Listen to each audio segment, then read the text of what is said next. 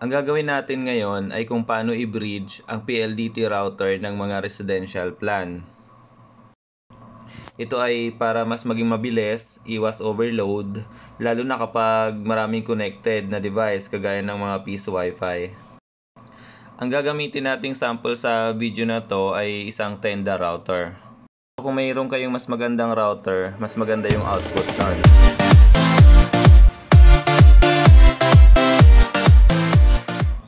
Gamit yung laptop or desktop nyo, i-open natin yung network settings para makita nyo kung anong IP yung binibigay sa inyo ni PLDT router. So yung IP address na to ay nanggagaling pa ngayon sa ating PLDT router kasi naka-router siya, so siya yung DHCP server natin. So para ma-configure, open lang kayo ng web browser, i-type nyo lang yung 192.168.1/admin/pLDT.asp. Yan. So bali yung username at password, ibibigay ko na lang yung link sa description below para kung anong model man yung router nyo ay pwede nyo na lang i-copy paste doon. Kasi iba-iba kasi yung model ng router natin na binibigyan ni PLDT. Pero the same din yung process niya. So bali ngayon naka-router mode pa yung ating PLDT modem. So lahat ng internet, lahat ng IP address ay nanggagaling pa sa router na to. Para ma-configure, punta lang tayo sa 1. Click lang natin yung 1. Click natin yung PTM 1. At yung channel mode, naka-IP OE siya. Gawin natin siyang bridge. Ayan, i-bridge lang natin. At yung port mapping, i-click lang natin yung LAN 1 hanggang LAN 4. At kapag na-click na natin siya, i-save nyo lang. I-apply nyo lang sa baba. Pero, mawawala ng internet yung connection natin. So, ibig sabihin, madidisconnect na yung modem natin sa internet. So, yung PC na ginagamit natin, mawawalan din siya ng internet. So, medyo matagal siya mag-save. Okay, hindi natin makikita na nag-save na siya kasi siguro na-disconnect na tayo. So, ang gawin natin, actually pala, yung ating connection ay nakadirect sa modem. PLDT modem to laptop. So, ang gawin natin, i-disable muna natin yung network at enable ulit natin para mag-reconnect siya.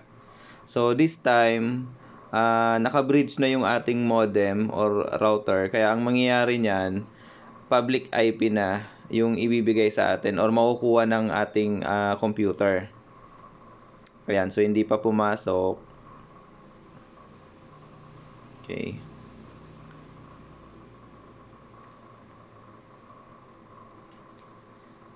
So hindi pa natin na-acquire yung public IP address kasi dapat ang makukuha na IP address nitong computer natin ay public na, hindi na yung IP address na nanggagaling dun sa router. So, check muna natin kung nag-save na yung configuration. Okay. So, connected naman na yung modem. Ayun. So, naka-bridge na siya. Kasi dapat nandito yung IP address kung naka-router mode siya. Okay. So, gawin natin. Babalik tayo dun sa settings, network settings ng ating computer. Ayan, check natin ulit. Disable lang natin at enable. O kaya, i-plug in at plug out at plug in lang natin yung LAN cable. Ayan, so ipapakita ko lang. Gagawin natin, di-disable at enable lang. Para, kumbaga, magre-refresh yung connection. Ang makukuha niyang IP address dapat ay public na. So, galing na yung IP address sa PLDT mismo. Ayan, so public IP address na siya. Yun ay nakukuha nating IP address ngayon.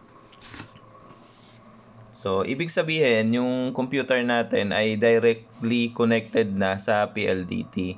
Yung modem natin, ayan, di na natin siya ma-access ngayon dahil iba na yung IP address ng ating computer. So, try natin mag-connect sa internet at speed test lang tayo. Kung napansin nyo, no, parehas na yung IP address ng internet tsaka yung ating laptop.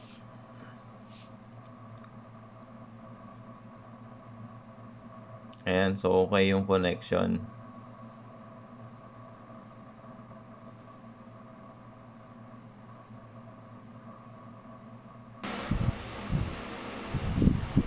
So, ang gagawin naman natin, i-connect natin yung Tenda router dun sa modem. So, yung Tenda router natin, or kung mas maganda kung meron kayong Microtech or Edge router na mas high-end, yun na yung magiging pinaka main router nyo. Hindi na siya dadaan sa PLDT. So, may iwasan na yung overload nun. Ang mangyayari nun, yung PLDT natin, modem na lang yung function niya. So, may iwasan na yung overload, lalo na kapag medyo mataas yung usage natin or maraming user na gumagamit. So, ang magiging limitation lang natin, yung hardware ng router natin. So, kung may high-end router kayo, mas maganda yung magiging performance niya. So, itong sample na to, gagamitin ko lang Tenda para makita nyo lang kung ano yung process or kung paano natin siya i-connect. So, the same din kapag nagpalit na kayo ng mas magandang router. Ayan, so connected na yung laptop natin doon sa Tenda router. So, punta ulit tayo sa screen natin. Ayan.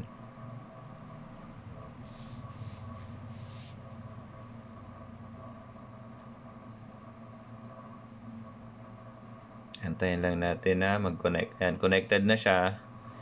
May internet connection na rin. At yung IP address natin ay nanggaling na dun sa Tenda. Ayan. So, ngayon, i-open natin yung interface ni Tenda para makita natin or makita nyo na ang ina-acquire ng one IP address niya, kumbaga yung internet IP address niya ay public na. Hindi, dapat kasi di ba pag nag-connect ka ng router doon sa PLDT modem, router na ng, kumbaga IP address na nanggagaling doon sa PLDT modem.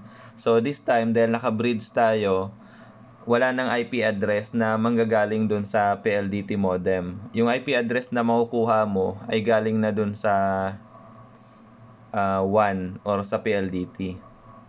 So, this time ayaw lang mag-connect, kaya i-clear muna natin yung browsing history. Ayaw ma-open kasi nung web portal ni Tenda. Ayan, open na natin.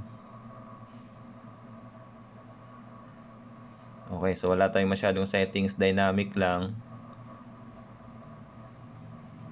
Huwag naman natin lagyan ng password yung ating wifi.